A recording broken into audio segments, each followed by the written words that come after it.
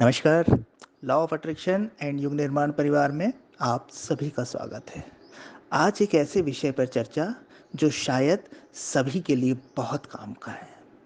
आप सभी किसी न किसी रूप में पूजा प्रार्थनाएं करते ही होंगे, अपने धर्म के अनुसार, अपने मत के अनुसार, और ये बहुत अच्छी बात भी है।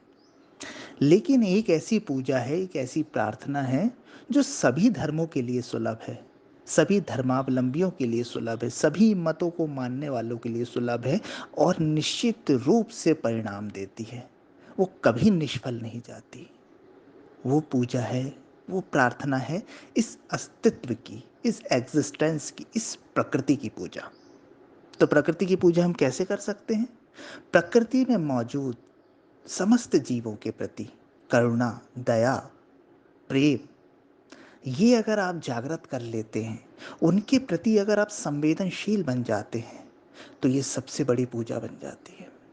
जी हाँ, आप अपने घर में, मंदिर में, पूजा गृह में, धर्म स्थल में, मस्जिद में, चर्च में, जहाँ भी हैं, आप वहाँ पर अंदर प्रार्थना कर रहे हैं, अपनी जो भी कर्मकांड कर रहे हैं, बहुत अच्छी बात है।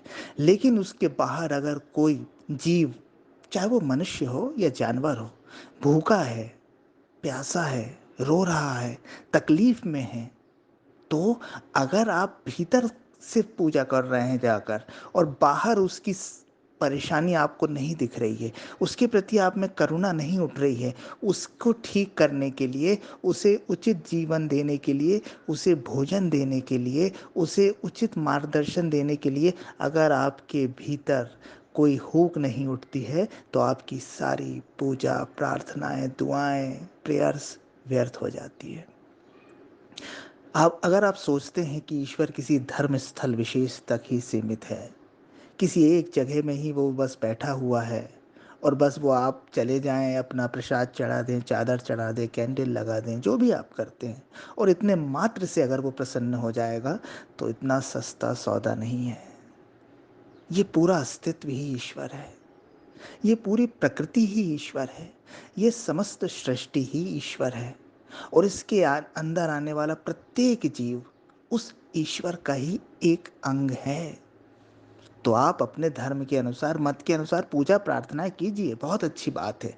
लेकिन इस अस्तित्व के प्रति अपनी जिम्मेदारी को मत भूलिए, इस प्रकृति के प्रति अपनी जिम्मेदारी को मत भूलिए।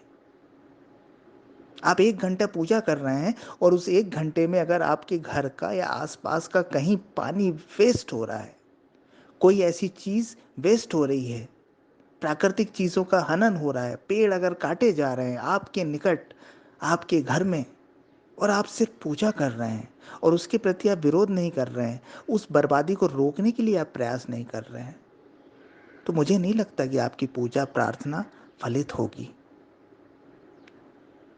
अरे भाई, वो जल, वो पेड़, वो प्राकृतिक वस्तुएं किसी के काम आ सकती थी, उनका उपयोग किया जाना चाहिए, उपभोग नहीं। हम देख रहे हैं कि लोग लाखों लीटर रोज पानी वेस्ट कर देते हैं, वेस्ट कर देते हैं, और उसकी तरफ हमारी कोई कोई ध्यान नहीं जाता।